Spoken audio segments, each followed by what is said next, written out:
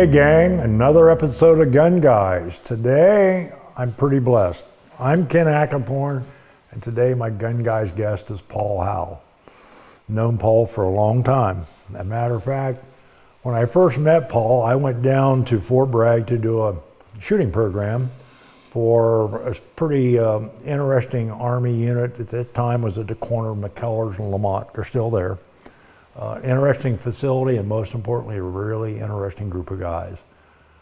Paul retired out of well, actually, you got out of the unit and actually went and took another Army job until you retired, Did ROTC, knocked out a master's degree, and then started a business. Yeah. And bottom line, I met Paul. I remember the first morning on the range when the troop came out. Everybody was carrying like the custom Delta 1911s, except one guy in the class. And he was shooting a Beretta 92.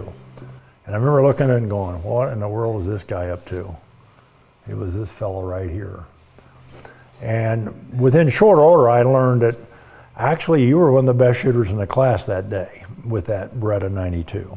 And one of the lessons I think we realized was that you picked the weapon because it served the purpose that you wanted at the time. And I'm just curious, and I'm sure the viewers are too. At that point in time, when you were in an organization that used basically custom 1911 pistols, what motivated you to choose a Beretta 92 as your duty weapon? Grew up on revolvers, Ken, so have a history. So the trigger press or pull would scare most people, and they were used to the 1911. So once you go to a 1911 as your first weapon, there's nothing else out there at the time. So I shot it well, it fit my hand, it pointed well for me, it was ergonomic, so I just went with it. And we had the luxury to do that. And so I just, carried more bullets, the whole 9 yards. Recoil, it worked. And if you noticed it, then it was okay. Yeah, and the interesting thing was, as time passed, as I learned, like any organization, you have guys that are kind of stars. Yeah. Within their own peer group, they're guys that everybody kind of looks to them to be, hey, this guy's kind of sets the pace, or he's the leader.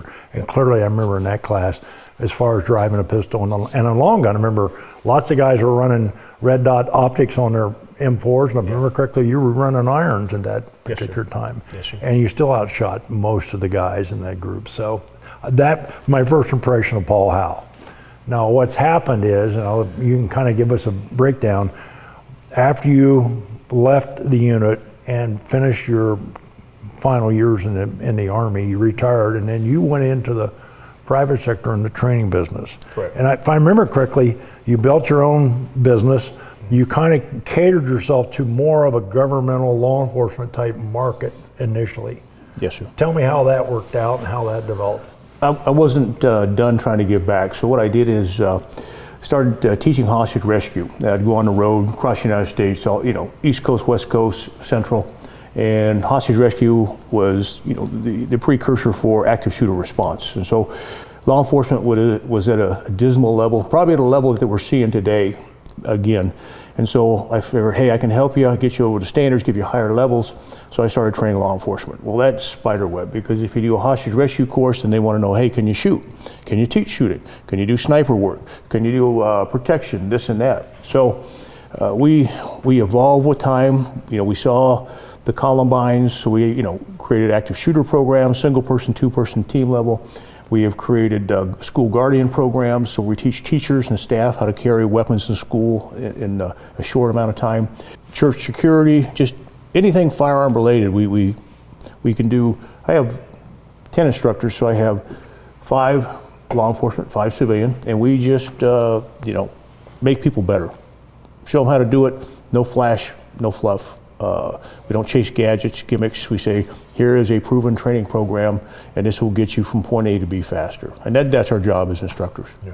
And that kind of brings us up to today, in that we both have discussed the, shall we say, changes in the training community. And I remember you're the one that brought it up, and I think I'm going to ask you to expound on it. But one of the things that you mentioned that was kind of a concern with what branch is the term what you called YouTube Commandos. I think we all look at what's going on in the world, and particularly in, let's face it, good, bad, or different, social media has become the exposure most people have to stuff in the firearms world.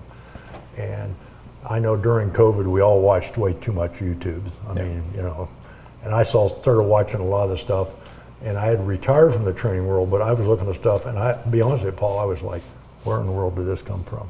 Yeah. How does this guy stay in business? And the bottom line is, obviously, your observations, I think, would be interesting. What's your read on what's going on?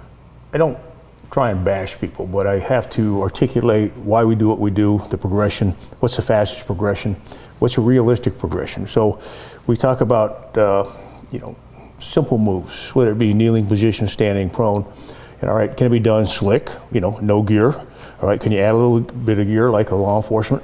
Can you add a SWAT, you know, outfit? It has to work in all three dimensions. A lot of these guys get out and what they want to do is some guys, you know, nobody knows the history of these guys and nobody puts their resumes out and nobody talks bad about people and their credentials. And a lot of people, there's some guys that go into special ops for a year, they get floated out and now they're, yep, they did their time. They're now an expert and there's no, they went to a schoolhouse and in my day with you, we would take the knowledge, we go to combat, do operations, come back, do more classes, combat operations, and you continue to refine the package. And a lot of these folks are taking one-dimensional fads, we'll call it, and pushing it out there as gospel, and it's not. You know, can an old guy do it? A guy with bad knees, you know, all your body armor and gear. And so it hasn't changed, but people and human nature is to look for the easiest way to do it. And you can't confuse easy with efficient. And you've got to be, you know, result-oriented.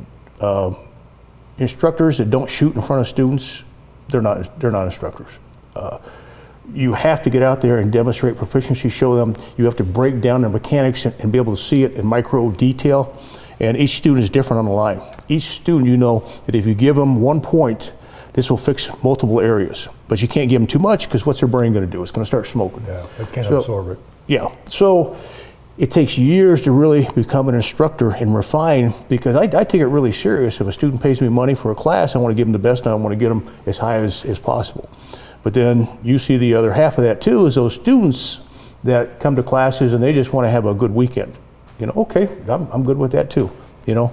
So we have to, I consider it a profession. We're in a profession and not an industry or job. It's a profession. So I expect that person, if they're going to combat, to be successful, to come back, prevail. And that's the amount of energy I try to put in with my teaching. You know, I remember years ago somebody made a reference, well, Hackathorn, you're a firearms instructor. I go, please don't call me a firearms instructor. Yeah. I'm a trainer. Yes. You know, instructors, and if you've been in the military, I call it the green machine. Mm-hmm. We've all seen instructors who come out with a lesson plan that they've been handed, and they get up on a podium and they read the instructional points. Painfully, yes. Yeah, they don't teach you anything, yes, but they cover the points. When they get done, say, okay, you're ready to go. You've been trained. You've had the instruction. Well, you and I both know there is an art to teaching. There's techniques and skills, and most of us have to learn it over a period of time. I look back, honestly, when I started in the training business and reflect what my classes must have looked like then to when I retired 45 years later. Yep. I made a lot of changes because I learned the craft of being a teacher instead of an instructor. Correct.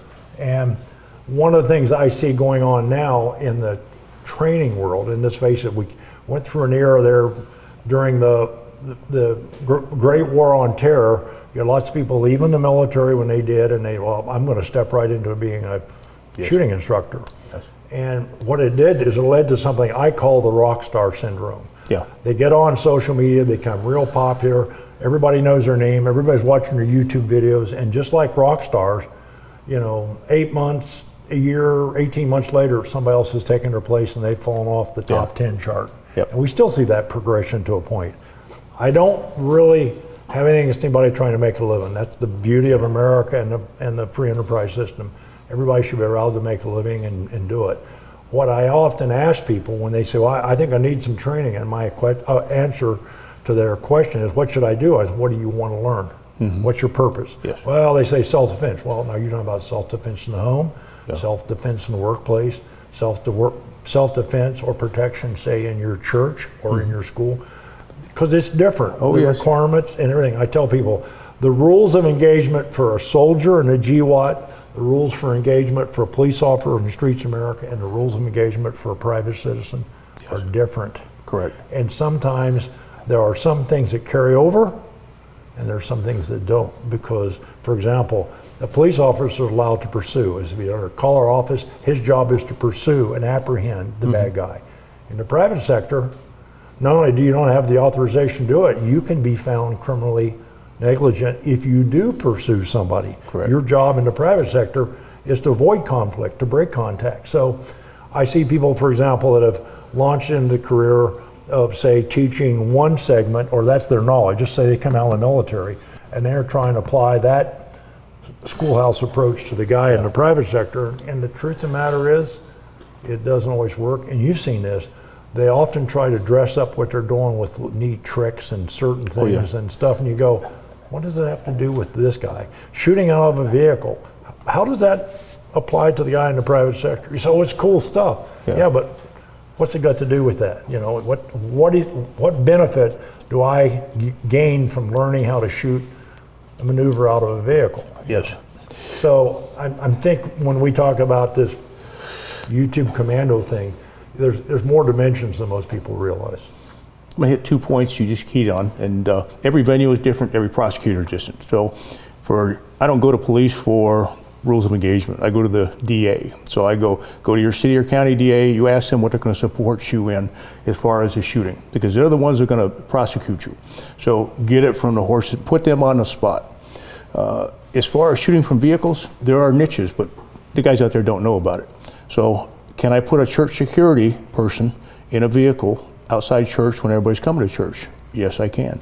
So he can do what? You know, he can shoot from the glass, he can shoot from the V, he can come use the car as cover, but what's realistically where you want him to shoot from, you know? And how do you want him to deploy? Nobody's put it in that context. Can we do the same thing with teachers? Yes, we can. Teachers get threats against their schools. So we teach guardian programs. We may have 10 to 12 armed teachers at one school, county school. Response time for law enforcement, 15 minutes, you know, for an SO. They can come early and look at the parking lot, do security surveys. They can prep for a fight, because we don't want the fight getting into the school. We want to solve it outside if we can. So we have to teach them all that. And then for civilians, you're right, avoidance. You know, don't go bad places, do stupid things. And so you won't run into problems. You can wave off on a gas station that doesn't look good. You know, don't let your gas tank get so low. So every little, you know, area has a different component that you can take, but a lot of the instructors can't put that together. It becomes entertainment versus action. I call it entertainment. Entertainment, yes. Yeah, that's what it's evolved down to in many cases. Yeah. There's still some people out there doing really solid work. Yes. And I have guys that say to me, like, the classic one, right before I retired, and I taught my last class on June the 23rd, 2019. And I knew it was time to leave, and I left, and I've never regretted it, and I have no desire to go back. But I've watched a lot of what's transpired since then, and I think a lot of people get buy a gun, they get a CCW, and think, well, I need training, and they don't really research, what do I need in training? What's my goal? What do I want to achieve here? As I was finishing up my training career, I remember one of the common things I would get in the last year and a half of my training, I would go someplace and get done, and the student would say, students after class, Mr. Hackathorn, I really had a great time. This was a good class. I learned a lot, but you didn't teach us how to shoot fast. Yeah. And I would always go, oh. Yeah. And that's sadly what we're about today. It's how everybody wants to be John Wick. Yep. And candidly, that's not reality. You know? No, it's I have a case history out of California, officer eating like this with his wife, bad guy comes in. He ends up servicing the bad guy, but he knew he couldn't have an overshoot. It was a micro gun, one shot, hit him up high thoracic, dumped him, game over for bad guy. And so everybody has this concept, and they live in fantasy land. And so I go, okay, I mean, you can live there and it's okay. I just can't get drug in there. And so we're gonna, you know, we try to give them as much as we can, prep them. You know, it was school guardian, different mission. You know, school RSO, school security, different mission. You know, civilian, different mission. Home versus on the road. You know, gas stations versus, we went and ate lunch. first thing I do is look at demeanor of parking lot. I look at demeanor of people inside before I walk through the door. Yep. Because if you see somebody's hands up like this, it's a little clue, That's a real world clue. We were discussing at lunch. If I'm sitting in the restaurant we were, and I saw a guy coming through the door with a hoodie. Yes. Up. And this is May, it's warm here. Oh, yes. And let's say add to it, he's wearing one of the face masks, one of the COVID masks, as I call them. And then maybe and one more, he's wearing dark glasses. Yeah. If I see that, you and I both would say, there's about to be a fight here. Yeah. Real good chance, And the other one I get, and I'm sure you've heard this many times from your students. Well, I've got a gun now. I can go someplace. I can go to the bad place now. Yeah. And my question is, why are you going to a bad place, whether you got a gun or not? Yeah. That's just dumb. Don't do that. Exactly. So don't put yourself there. Yeah, I think we both realize that we'll call it the flavor of training has changed for a great many people in the industry. And in fact, unfortunately, all the students don't know what they're looking for, and they don't look at what they're getting. Well, I love talking to you because all the instructors, don't get a big head. Most favorite, because I came out a little bit of a law enforcement, different professional environment training. Had carried a gun before I went in the military on a street. And so I got to see the fads, and I got to see the training fads and the lack of training. And I went, all right, I like this guy. He's real. He's not talking about this, that, and splits. We talked about that. People chasing fads. The red dot's going to make me a better shooter now. And we just talked about this little grip thing there. Everybody went for a whole generation to flat mainspring harnessing. And why? And I go, your hand's curved there. And what are they putting back on it? Arched. Well, it's because it fits your hand. People chase these fads. Go chase them. It's okay. It's not going to make you a better shooter. Practice is, and actually a grip module that fits your hand where you don't have to fight grip every shot will make you a better shooter. Yeah, which reminds me, and I know you've heard this. Guys say they buy a gun, or a gal buys a gun. I go, what'd you buy that gun for? Oh, it feels good in my hand. Yeah. That's the worst reason you can buy a gun. The worst. Yeah. Does it work reliably? Can you shoot it effectively? Yeah. Does it have sights you can see? There's a lot of things more important than how it feels. Now, fit's different. The gun fitting your hand is actually pretty critical. Yeah. Because it feels good is the terrible reason to buy a gun. The guy at Academy Sporting Goods, I love going into those guys. I don't tell them who I am. I just, hey, what do you think about this? Oh yeah, and you go, that's right. And so they don't know how to check fit, a grip, trigger, presence. Where the trigger position is. Oh, yeah. So it's huge. And we have rental guns. We put them in bigger guns first, if they're going to do a rental. And then, because the micro guns are harder to shoot. They're lighter, they're compact, but they have more muzzle flip, sights back on target, takes more time. So it takes them longer to get them up than, a heavier gun, a full size. And it's harder to maintain that skill. Yes. With the pocket rockets. Well, our Guardians, we've got schools out there that shoot once a month. Our LE in the state of Texas is horrible. It's they qualify once a year, and they consider qualification training. And that is two apples and oranges. That's not training, it's just qualification. Yes. And the other thing, what you and I have seen, because you've been on law enforcement ranges and realized, let's say, contrary to everybody thinks, in the governmental sector, I've always, after all the years of training, people say, well, what's it like? I go, there's three different groups out there that I've worked with. I've worked with law enforcement. I have a law enforcement background. I've trained military, and I've trained the private sector. Yeah. I've worked with all three segments. And the difference with the governmental sector, be it law enforcement or military, I call it three groups. You have the first third that they're there to get what you gave them. Yep. They're there. They want to get, I want you what you've got to give. You got another third, it's just another day on the job. Yes. And then the final third that would rather be someplace else. Give them a choice. Yeah, I was ordered to be here.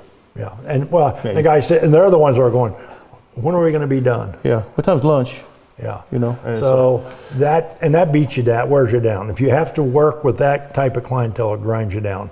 Particularly prevalent in the military and even more so in law enforcement. Yeah. So the other thing which I think is of interest, because you have spanned from the time you entered the military to the time you got out, and now your training environment from that, how many years have you been in the training business since you got out? 23. Wow. Yeah. You only knew me when I was this big, little shaver. Well, the kicker is, from a historical perspective, what have you seen, or what changes have really stood out to you in that process of time? I see special ops guys, and they come through sometimes overtly, sometimes alias, and they want to see what the program is about. But I also see what they're about, how they handle the weapons. With the red dots, instead of just simply tilting the gun down, they get back on their heels now. So I watch, federal agency come in, they're instructors, and they're trying to do CQB back on their heels, so they're off balance. Well, people will run into, different things happen. So they haven't figured out or broken the code. Hey, just tilt that gun down a little bit. They make this big production, and then guys sell these whole classes on a red dot, and I was like, I'll teach you in about 5 minutes. Here's what you need to know, and half of it is maintenance. The other half is just tilt your muzzle down and then push out. Simple as it is, but people are like, oh man, I just got this great class. Well, the problem is the feds get sucked into that. Well, who do the feds impact? All the local state agencies. We'll help these guys out, and all you're doing is getting. I've heard of FLETC instructors doing door pies with their finger on the trigger and safety rolled. Well, that's what we do. No. That's bad juju. Bad. Yeah, you low ready. Straight trigger finger, mechanical safety on. You have to see and articulate before you shoot. But we have the feds doing that, and they're teaching local agencies. Well, the local agencies can just fall back on, well, I was trained by this guy, federal government, and then there's no repercussions. Well, there's always repercussions, So you try to make the world a better place. You see the cyclist stuff. You go, that happened, that was taught like 30 years ago, and it comes back in vogue, like it's brand new. And I go, no, it's like 35 years old. Door thresholds were done by foreign militaries a long time ago because they figured out if you go in the room, you get shot. So we'll just spy it from the outside. Well, we're just modifying it right now. So there's not a lot of new stuff. It's just honing the basics, but people get bored with the basics. They don't have discipline. They want flashy. They want to be entertained on the range. Well, the range is for training, and you want to be entertained, go to the movie. And I tell people people don't grasp. You take a class, you get to get training.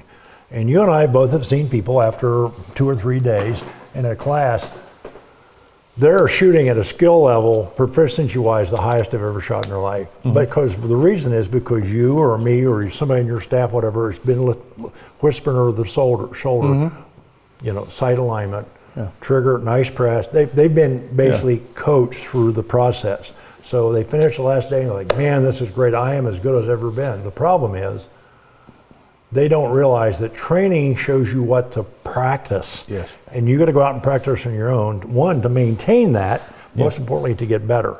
Yeah. And I see guys, they leave a class and say, I'm good to go. And that's the end. Their training is, in fact, their practice for that year or whatever. And unfortunately, you end up, when there's nobody standing over your shoulder, telling you exactly what to do, then they get out in the real world where they have to apply it under a stress environment, and the whole thing collapses. Well, you've got an example right there.